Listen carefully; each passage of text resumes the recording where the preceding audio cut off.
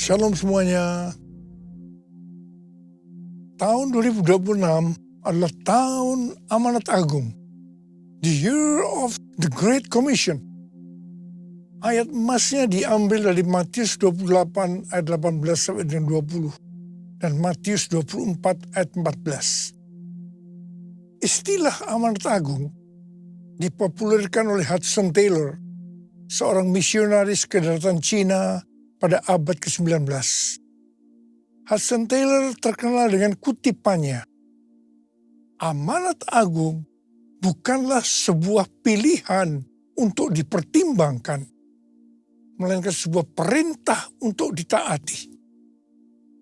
Yang dimaksud dengan amanat bukan sekedar perintah, tetapi suatu perintah pengutusan yang diperlengkapi dengan kuasa otoritas ilahi. Sesuai dengan perkataan Yesus dalam Matius 28 ayat 18 dan 19. "Padaku telah diberikan segala kuasa di sorga dan di bumi. Karena itu pergilah, jadikanlah semua bangsa muridku."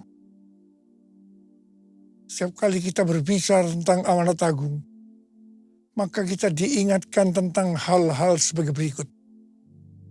Yang pertama, kita harus menjadi murid Tuhan Yesus. Yang kedua, tugas utama dari seorang murid Tuhan Yesus.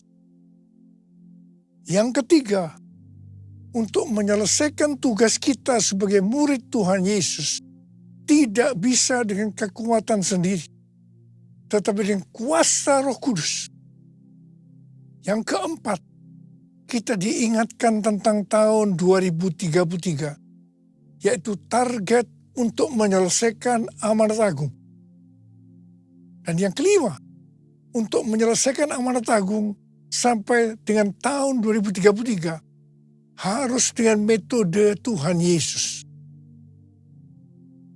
Goal sebagai orang percaya, sesuai dengan Roma 8 ayat 29, adalah untuk menjadi serupa dengan gambarnya. Itu adalah murid Tuhan Yesus. Katakan amin. 1 Yohanes 2 ayat 6 berkata, "Barang siapa mengatakan bahwa ia ada di dalam Dia, ia wajib hidup sama seperti Kristus telah hidup." Kalau kita hidup sama seperti Kristus telah hidup, maka kita akan menjadi serupa dengan gambarnya. Ini adalah murid Tuhan Yesus. Jadi murid Tuhan Yesus adalah mereka yang hidupnya sama seperti Kristus telah hidup. Menjadi seperti Kau, Yesus. Menjadi seperti Kau, Yesus. Menjadi sempurna dalam seluruh hidupku. Menjadi seperti Kau, Yesus. Menjadi seperti Kau, Yesus. Menjadi sempurna dalam seluruh hidupku. Sesuai dengan Matius 28 ayat 18 sampai dengan 20, maka tugas utama dari murid Tuhan Yesus tanpa melihat profesinya adalah menjadikan semua bangsa murid Tuhan Yesus. Artinya, kita harus menyelesaikan amanat agung. Untuk menyelesaikan amanat agung tidak bisa dengan kekuatan sendiri, tetapi harus dengan kuasa Roh Kudus. Sebelum Tuhan Yesus naik ke sorga, Ia memberikan pesan yang terakhir kepada murid-muridnya dari Kisah Para Rasul 1 ayat 8. "Tetapi kamu akan menerima kuasa kalau Roh Kudus turun ke atas kamu, dan kamu akan menjadi saksiku di Yerusalem dan di seluruh Yudea dan Samaria dan sampai ke ujung bumi." Setelah itu Tuhan Yesus naik ke sorga. Setelah Tuhan Yesus naik ke sorga, apa yang dilakukan oleh murid-muridnya? Mereka pergi ke Yerusalem dan tinggal di kamar loteng. Mereka melakukan itu karena pesan Tuhan Yesus bahwa mereka tidak boleh meninggalkan kota Yerusalem sebelum diperlengkapi dengan kuasa dari tempat tinggi. Apa yang mereka lakukan di kamar loteng? 120 murid semua bertekun dengan sehati dalam doa bersama-sama. Artinya, mereka berdoa, memuji, dan menyembah Tuhan dalam unity siang dan malam. Ini adalah prinsip restorasi Pondok Daud. Ini adalah prinsip menara doa. Selama 10 hari mereka melakukan itu. Dan pada hari raya Pentakosta, tiba-tiba terdengarlah bunyi seperti tiupan angin keras. Dan setelah itu tampaklah lidah-lidah seperti nyala api, hinggap kepada mereka masing-masing. Mereka dipenuhi dengan Roh Kudus, dan mereka mulai berkata-kata dalam bahasa-bahasa yang diberikan oleh Roh kepada mereka untuk mengatakannya. Itu adalah bahasa roh. Setelah itu, mereka dipakai Tuhan secara luar biasa untuk melakukan amanat agung. Ini yang disebutkan dengan peristiwa Pentakosta yang pertama. Pentakosta yang pertama ini dahsyat. Mengapa? Karena dalam waktu beberapa ratus tahun, 70% dari dunia yang dikenal waktu itu, yaitu yang berada di bawah kekaisaran Romawi, menjadi Kristen. Pertanyaannya, apakah amanat agung sudah selesai? Belum. Karena itu, pada tahun 1906, kembali Roh Kudus dicurahkan seperti yang terjadi pada Pentakosta pertama, yaitu di Azusa Street, Los Angeles, Amerika Serikat. Seorang hamba Tuhan berkulit hitam yang bernama William Seymour dipakai Tuhan. Ini yang disebut dengan Pentakosta yang kedua. Pentakosta kedua ini dahsyat. Sebab menghasilkan gerakan Pentakosta dan harismatik yang kita kenal sekarang ini. Ada sekitar 700 juta orang yang diberdayakan Roh Kudus hari-hari ini. Pertanyaannya, apakah amanat agung sudah selesai? Belum. Karena itu, pada hari-hari ini, Roh Kudus kembali dicurahkan, yang disebut dengan Pentakosta yang ketiga. Arti Pentakosta ketiga adalah yang pertama. Pentakosta ketiga adalah pencurahan Roh Kudus yang dahsyat di zaman ini, melebihi yang terjadi di Azusa Street. Yang kedua, Pentakosta ketiga akan mengakibatkan penuaian jiwa yang terbesar dan yang terakhir sebelum Tuhan Yesus datang kembali. Dan yang ketiga, Pentakosta ketiga akan membangkitkan generasi Yeremia, yaitu anak-anak muda yang dipenuhi dengan Roh Kudus, cinta mati-matian kepada Tuhan Yesus, tidak kompromi terhadap dosa, dan akan bergerak untuk memenangkan jiwa.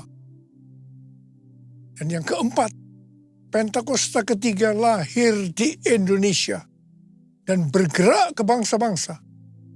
Gerakan ini dari timur ke barat dan akan kembali ke Yerusalem.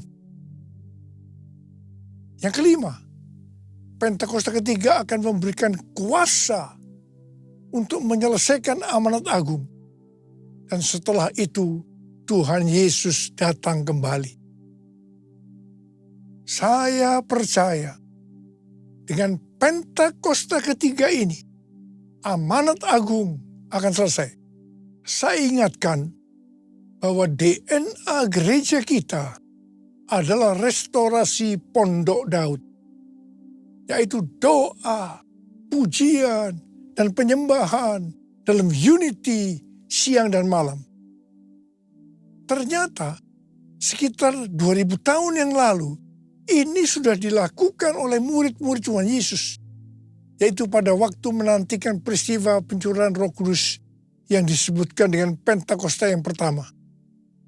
Siapa mengira kita diberikan visi restorasi Pondok Daud untuk menantikan pencurahan Roh Kudus yang disebut dengan Pentakosta yang ketiga. Api Pentakosta menyala, api Pentakosta menyala, api, api, api, api, api, api Pentakosta ketiga, api Pentakosta menyala, api Pentakosta menyala, api, api, api, api, api, api Pentakosta ketiga, api Pentakosta ketiga, api Pentakosta ketiga. Hari-hari ini Tuhan mengingatkan gerejanya tentang tahun 2033. Sebenarnya ada apa sih dengan tahun 2033 ini? Tahun 2033 adalah peringatan 2000 tahun Tuhan Yesus disalibkan, mati, bangkit, naik ke surga. Peringatan 2000 tahun pencurahan Roh Kudus yang berarti hari ulang tahun gereja yang ke-2000. Peringatan ke-2000 tahun dimulainya amanat agung. Dan akhir-akhir ini Tuhan dengan kuat berbicara kepada gerejanya di seluruh dunia tentang visi amanat agung. Target untuk menyelesaikan amanat agung adalah tahun 2033. Pada waktu Tuhan Yesus ditanya oleh murid-muridnya tentang tanda kedatangannya kedua kali dan tanda akhir zaman, maka Tuhan Yesus menjawab, yang salah satunya terdapat dalam Matius 24 ayat 14. Dan Injil kerajaan ini akan diberitakan di seluruh dunia, menjadi kesaksian bagi semua bangsa. Sesudah itu barulah tiba kesudahannya. Dengan perkataan lain, kalau amanat agung sudah selesai, maka sesudah itu barulah tiba kesudahannya. Barulah Tuhan Yesus datang kembali. Kata sesudah itu tidak ada seorang pun yang tahu berapa lama. Bisa 1 hari, 1 minggu, 1 bulan, 1 tahun, atau beberapa tahun. Tapi yang jelas tidak akan lama. Sebab Tuhan Yesus berkata, "Aku datang segera." Saya tidak pernah mengatakan bahwa tahun 2033 Tuhan Yesus pasti datang. Itu tidak alkitabiah. Saya tidak berkata seperti itu. Tetapi yang saya katakan, tahun 2033 Tuhan Yesus bisa datang. Itu alkitabiah. Karena kedatangan Tuhan Yesus bisa sewaktu-waktu. Apa arti pesan ini buat kita? Waktu kedatangan Tuhan Yesus sudah sangat dekat. Kita harus mempersiapkan diri sebaik-baiknya dengan menyelesaikan amanat agung. Hosana, Hosana, datanglah Tuhan Yesus. Hosana, Hosana, ku merindukanmu. Ku merindukanmu. Ku merindukanmu. Sebagai murid-murid yang menerima amanat agung dari Tuhan Yesus, kita harus belajar cara Tuhan Yesus melakukannya.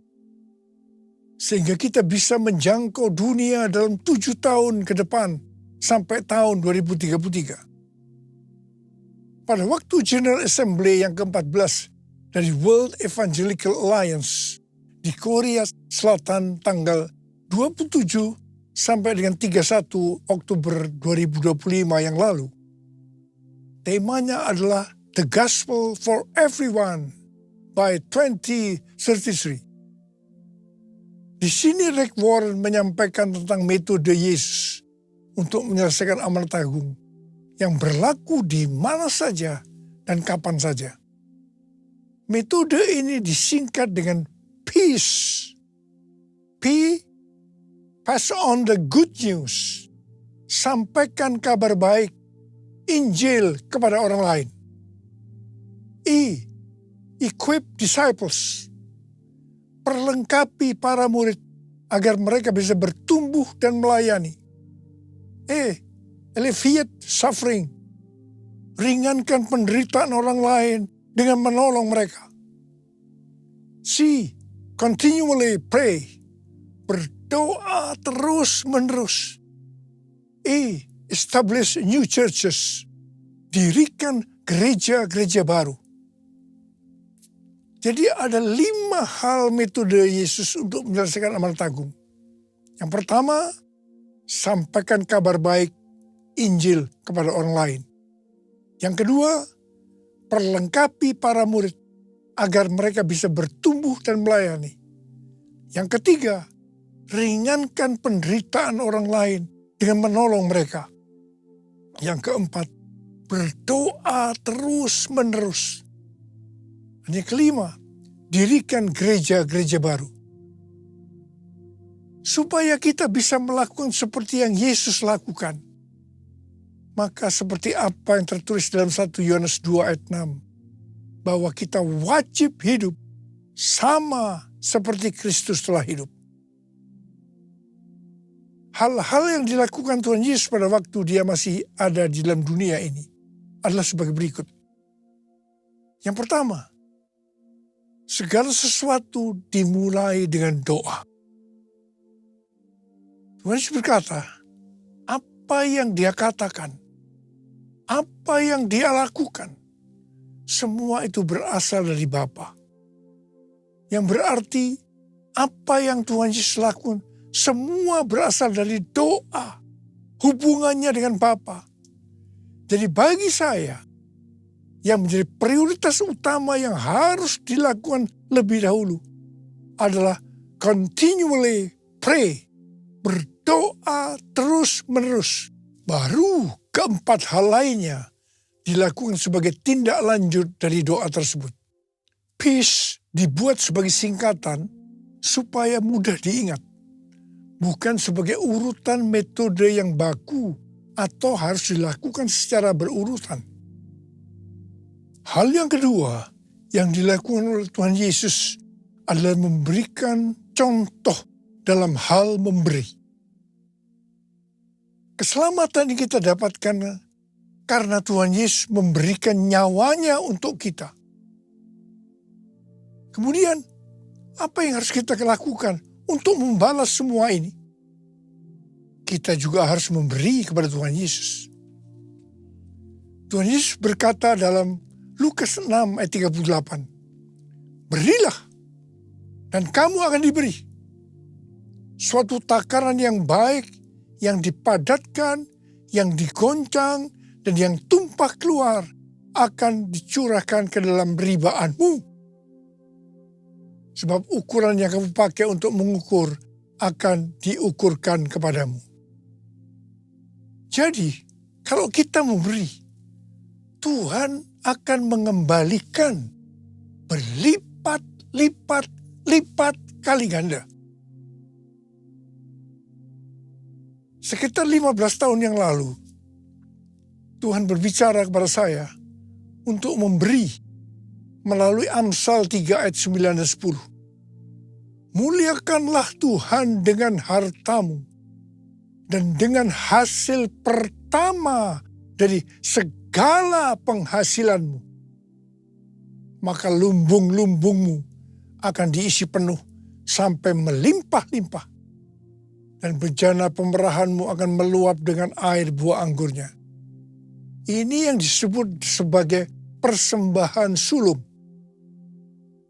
Sampai hari ini, saya tetap memberikan persembahan sulung ini. Dan apa yang Tuhan janjikan tidak pernah tidak ditepati. Saya tidak memaksa saudara harus memberi persembahan sulung. Tetapi kalau saudara mau diberkati di tahun-tahun yang sulit ini, lakukanlah itu dengan hati yang rela dan sukacita. Maka berkat Tuhan pasti akan digenapi. Persembahan sulung untuk tahun 2026 adalah seluruh penghasilan yang didapatkan pada bulan Januari 2026. Dan itu diberikan pada bulan Februari tahun 2026. Persembahan sulung adalah hasil pertama yang merupakan hasil terbaik secara kualitas maupun kuantitas. Hasil pertama dari kita, bukan sisa-sisa. Ini sesuai dengan referensi dari catatan Amsal 3 ayat 9 dan 10 dari The Apologetic Study Bible dan catatan Alkitab Penuntun Hidup Berkelimpahan seri Life Application Study Bible versi Injili. Saya mengajak kita semua sebagai murid-murid Tuhan Yesus untuk menyelesaikan amanat agung seperti metode yang dilakukan oleh Tuhan Yesus. Sekali lagi, hal ini akan terjadi kalau kita hidup sama seperti Kristus telah hidup. Sekali lagi, kita harus hidup sama seperti Kristus telah hidup. Saya percaya kalau itu kita lakukan, kita akan menjangkau dunia 7 tahun ke depan. Sampai dengan tahun 2033. Haleluya! Bless the Lord, oh my soul. Oh my soul. Worship His holy name. Sing like never before. Oh my soul, I worship your holy name. Angkat tangan kita. Bless the Lord, oh my soul. Oh my soul, worship His holy name. Sing like never before. Oh my soul, I worship your holy name. I worship your holy name. I worship your holy name. Mari kita berbahasa roh.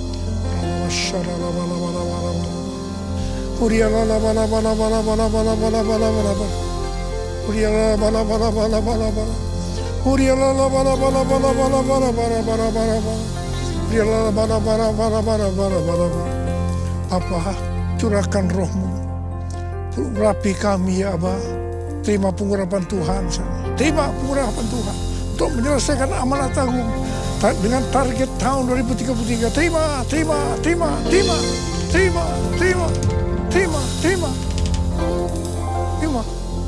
Dalam nama Yesus. Amin.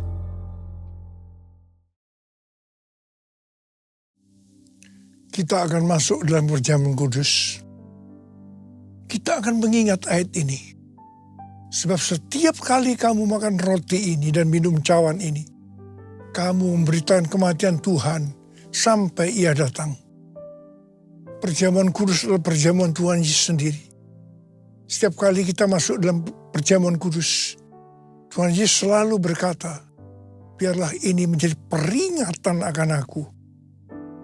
Peringatan akan aku. Karena itu marilah, arahkan hati kita kepada kebaikan Tuhan. Kita akan mengingat kebaikan Tuhan. Supaya kita lebih mengasihi Tuhan Yesus. Kita lebih mengasihi satu dengan yang lain. Ditundukkan kepala.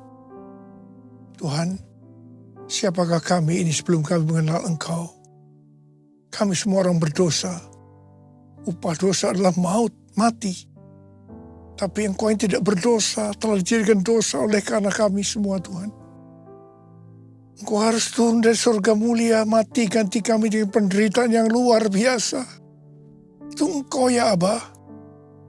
Engkau jadikan kami sebagai anak-anak-Mu. Engkau tuntun, Engkau bela, Engkau lindungi kami. Engkau tegur kalau kami salah. Itu Engkau, Aba. Kita akan masuk dalam perjamuan kudus. Tuhan Yesus akan memberkati kita melalui perjamuan kudus ini. Tapi Tuhan mau kita makan dan minum dengan cara yang benar.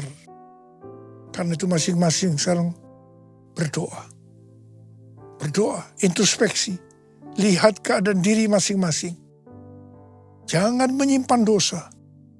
Kalau Tuhan ingatkan ada dosa yang harus diselesaikan, langsung minta ampun. Ampuni saya Tuhan. Ampuni saya. Ampuni. Katakan ampuni. Ampuni saya Tuhan. Kau melihat anak-anakmu sedang meminta ampun Tuhan. Menyelesaikan segala sesuatunya dengan Tuhan. Bapa terima kasih.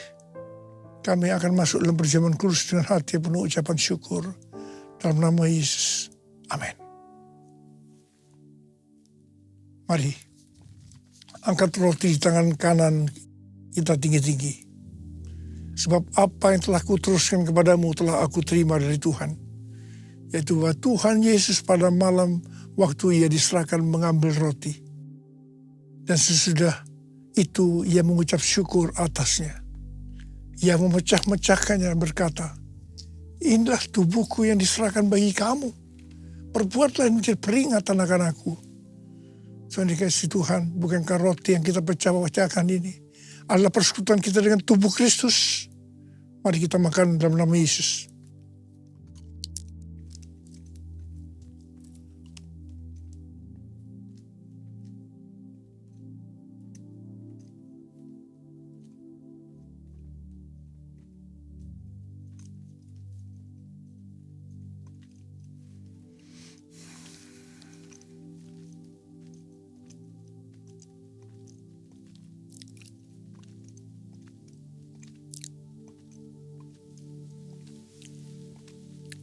Angkat cawan dari tangan kanan kita tinggi-tinggi.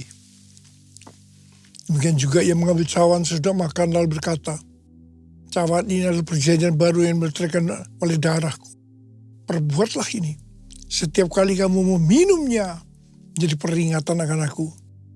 Saudara dikasih Tuhan, bukan cawan pengucapan syukur. Yang atasnya kita ucapkan syukur adalah persekutuan kita dengan darah Yesus. Mari kita minum dalam nama Yesus.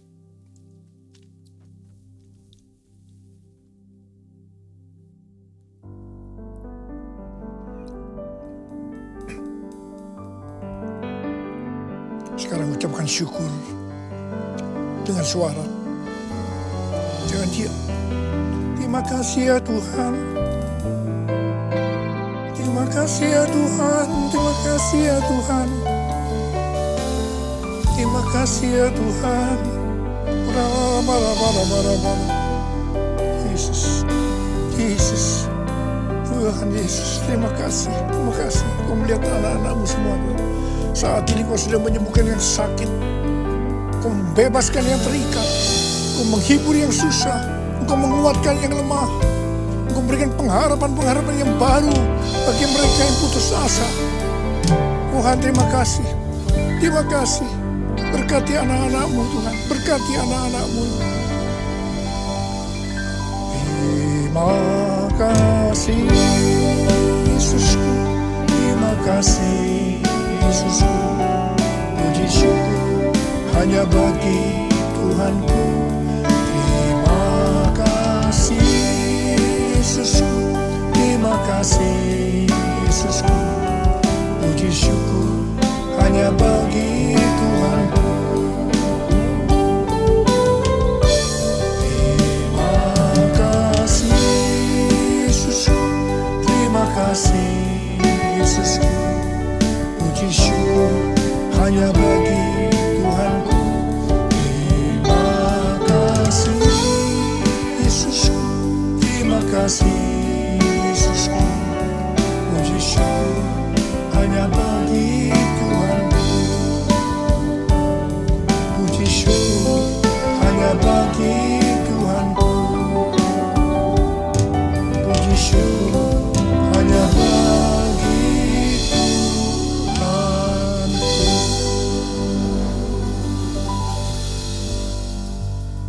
Angkat tangan kita. Terimalah berkat Tuhan. Kasih karunia yang berlimpah-limpah dari Allah Bapa dalam Anak yang tunggal Yesus Kristus. Persekutuan yang manis dengan Roh Kudus menyertai kita semua mulai hari ini. Sampai Tuhan Yesus datang menjemput kita di awan-awan. Dan bahkan sampai selama-lamanya. Yang percaya bersama-sama katakan, Amin.